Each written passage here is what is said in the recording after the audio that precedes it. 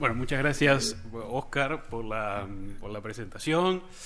Muchas gracias a las organizadoras, por supuesto, de este encuentro, a Beatriz y a Mónica, por permitirme presentar esto aquí, que va a continuar un poco lo que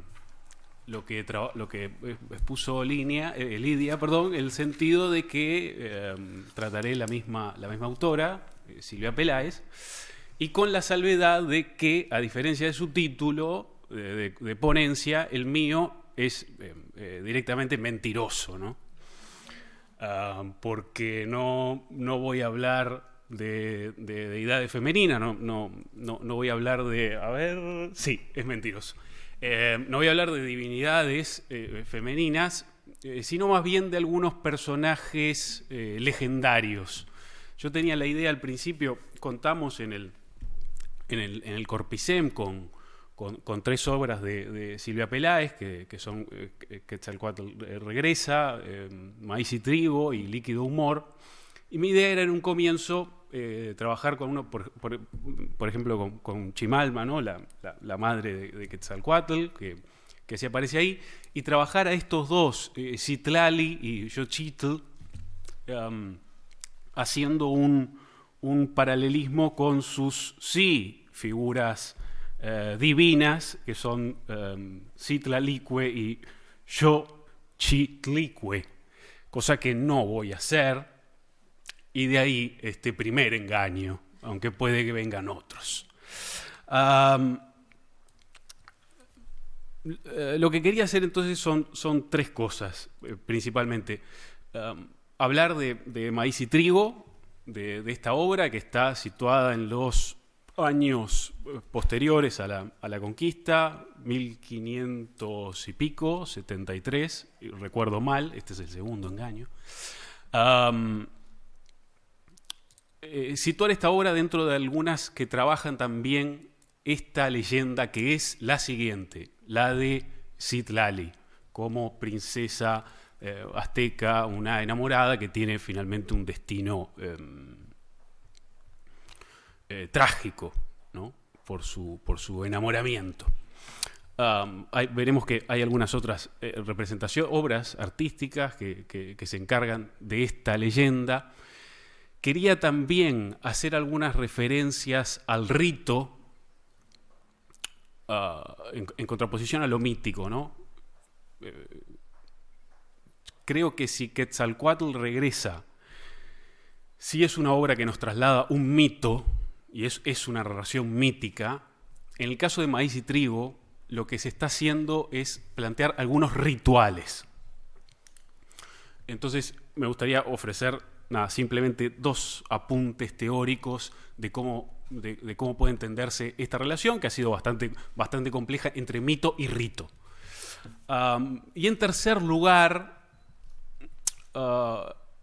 plantear cómo se resuelve en la obra la siguiente oposición, que es la de el indígena con su tradición y su fe, la del conquistador de tradición judeocristiana.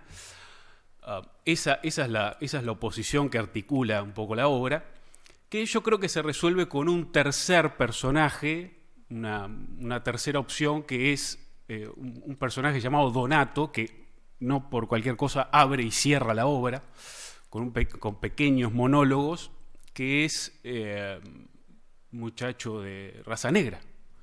Y así es como se rompe con esa introducción y con el destino finalmente de ese personaje, que no de los... Perdón.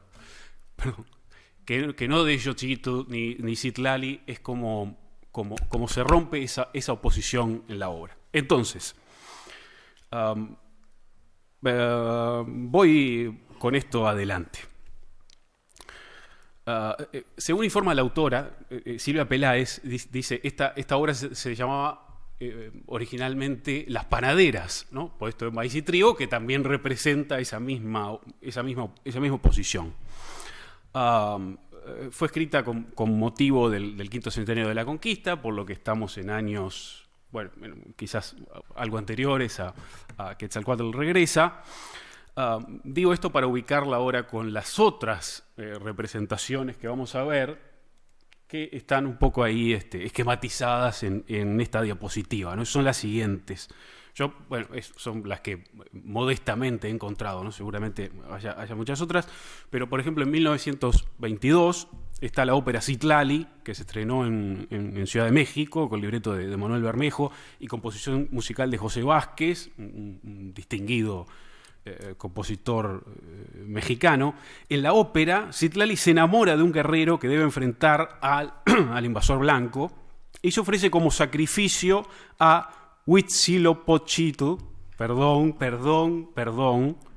Huitzilopochtli, dios de la guerra, a cambio del éxito del guerrero Chichiltzin y la salvación de su pueblo. Esto va a ser una constante y que recupera también, bueno, la tradición de la Malinche en tanto o traidora o puesta su vida y su honor, etcétera, en sacrificio por su acción, ¿no? Vamos a ver de qué manera se deja entrever esto también en Maíz y Trigo.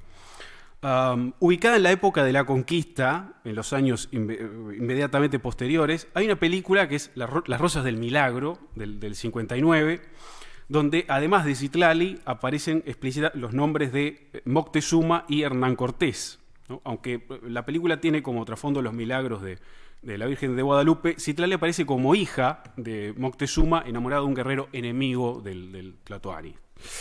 En el 74 está también Citlali, la diosa reina de Salvador Sánchez Santoyo, en Porrúa, y yo la verdad es que no pude conseguir un ejemplar de esta novela, pero sí he visto algunas páginas y se deja entrever ahí, parece fluctuar la obra entre una época contemporánea y esta época de la conquista, donde se ubica, bueno, el personaje de Citlali, en ese caso una sobrina nieta de Moctezuma, ¿no? Al parecer. Esto se da con unas reminiscencias, un regreso a una vida anterior que tiene la protagonista de la obra, una cosa parecida a la que va a suceder en la novela de Laura Esquivel, La Ley del Amor, del 95, donde está también presente este episodio de Citlali, pero tiene hay algunos episodios un poco más crudos que los que se cuentan en Maíz y Trigo, ¿no? Carmen Alemán, que le dedicó un artículo a esta novela de Esquivel, explica, ¿no? Para relatar cómo se cuenta esa crudeza en este triángulo amoroso que, ya que no lo dije todavía, lo voy a decir ahora, se traza entre la propia Citlali y Rodrigo, un conquistador en algunos casos, Isabel, que es también una mujer blanca, en el caso de Maíz y Trigo, y esto va a tener su importancia también, una judía. Dice Carmen Alemán en el artículo: Rodrigo es irresistiblemente atraído por una indígena, Citlali, a la que violará en repetidas ocasiones. Como ocurrirá en algunos casos en la historia de la colonia, su esposa española, doña Isabel de Góngora, se reunirá con su esposo y fruto de su unión nacerá un hijo que Citlali matará para vengar el asesinato a manos de Rodrigo, del que ella tuvo fruto de las violaciones. Entre los dolores del parto muere Isabel y Rodrigo arranca el corazón de Citlali antes de enloquecer de dolor y suicidarse. Bueno, todo esto no sucede así en Maíz y Trigo. Tenemos una versión un poco que va por otro lado, no pretende esto, si bien el final también es trágico, hay muchas muertes, pero no hay, digamos, extirpación de miembros. En la obra de Silvia Peláez,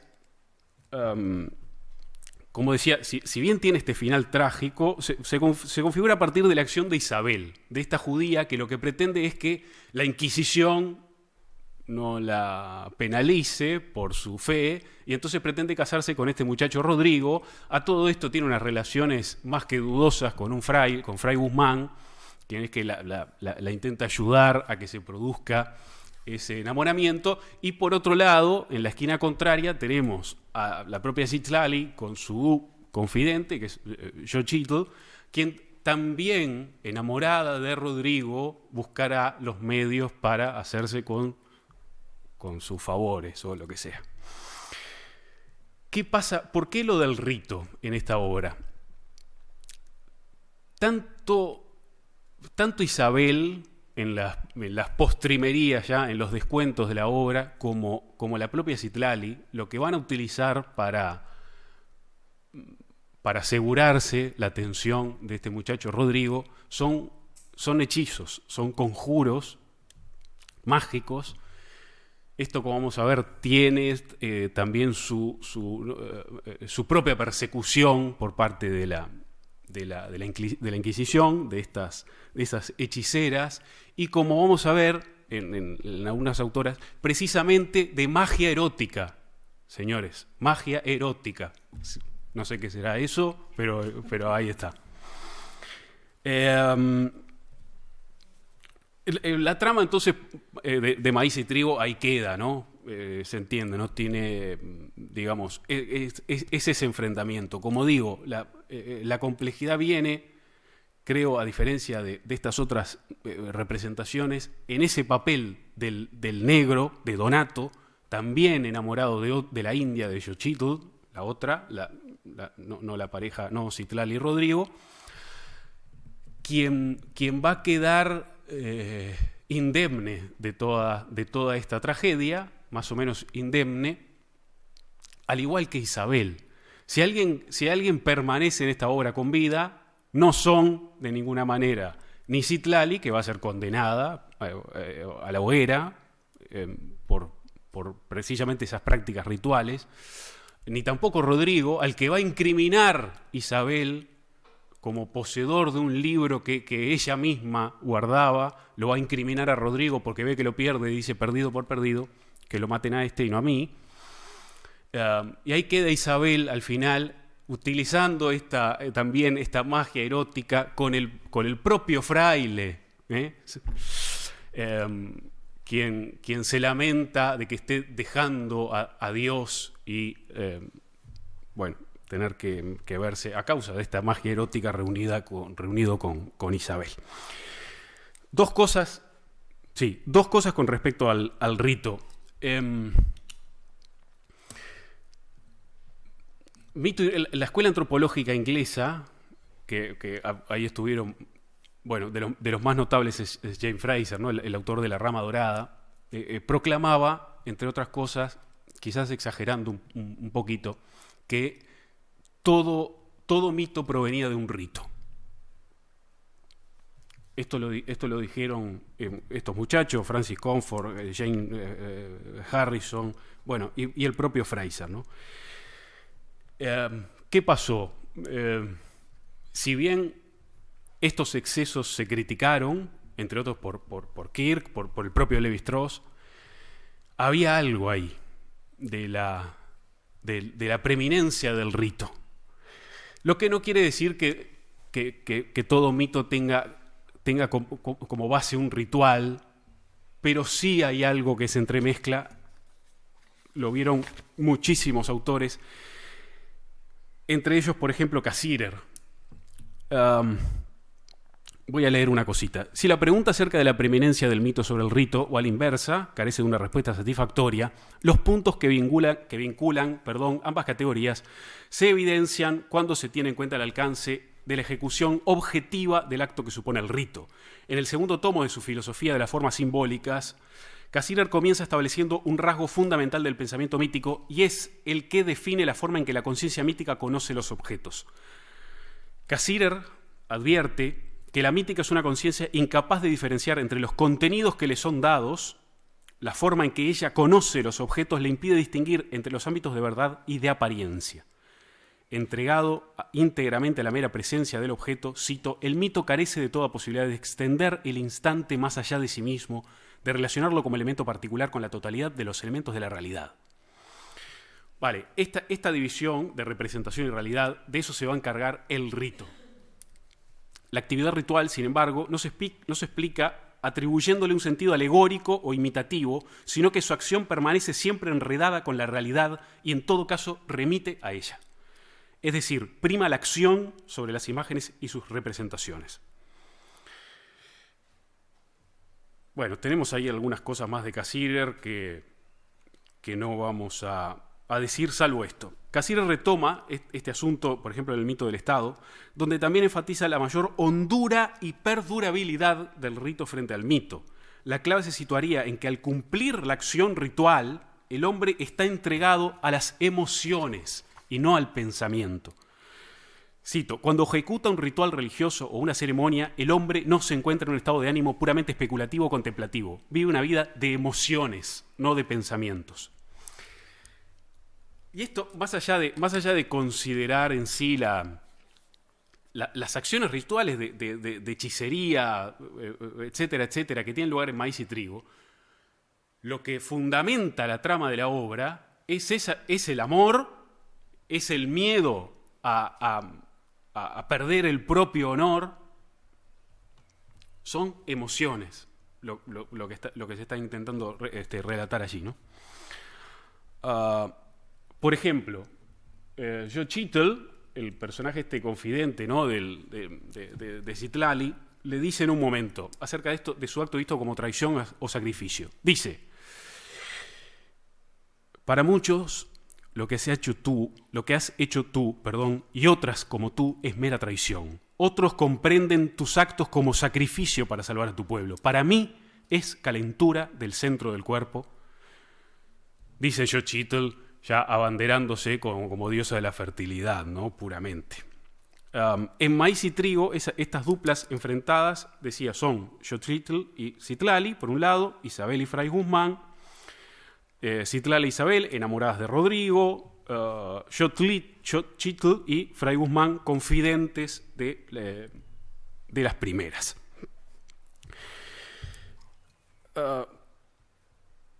Voy a decir algo acerca de esto, de la persecución a los credos indígenas y a la tradición judía y esto de la raza negra, y ya termino con esto. Dentro de las acusaciones que manejó la Inquisición, la hechicería y la ya citada magia erótica fueron las acusaciones que se lanzaron principalmente contra las mujeres en Nueva España, ¿no? Dice Solange Alberro, en un capítulo titulado Herejes, brujas y beatas, mujeres ante el Tribunal del Santo Oficio de la Inquisición en Nueva España. Las mujeres fueron denunciadas principalmente por hechos de magia erótica y de hechicería. Se les acusó muy pocas veces de delitos como la bigamia o de palabras o actitudes contrarias a la religión. En cambio, fueron procesadas por herejía, luego por hechicería y por ilusas y falsas beatas.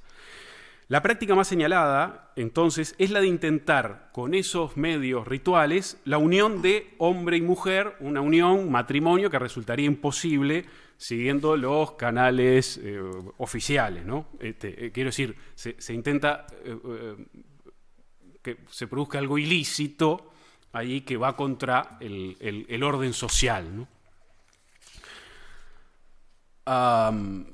Y con respecto a la judía, concretamente, en este marco de delitos religiosos ocupaba también un lugar la mujer judaizante, cuyo origen era judío, aunque había recibido el bautismo como condición para mantenerse en territorio español. Isabel lo que quiere hacer es casarse con Rodrigo para tener esa salvación, ¿no?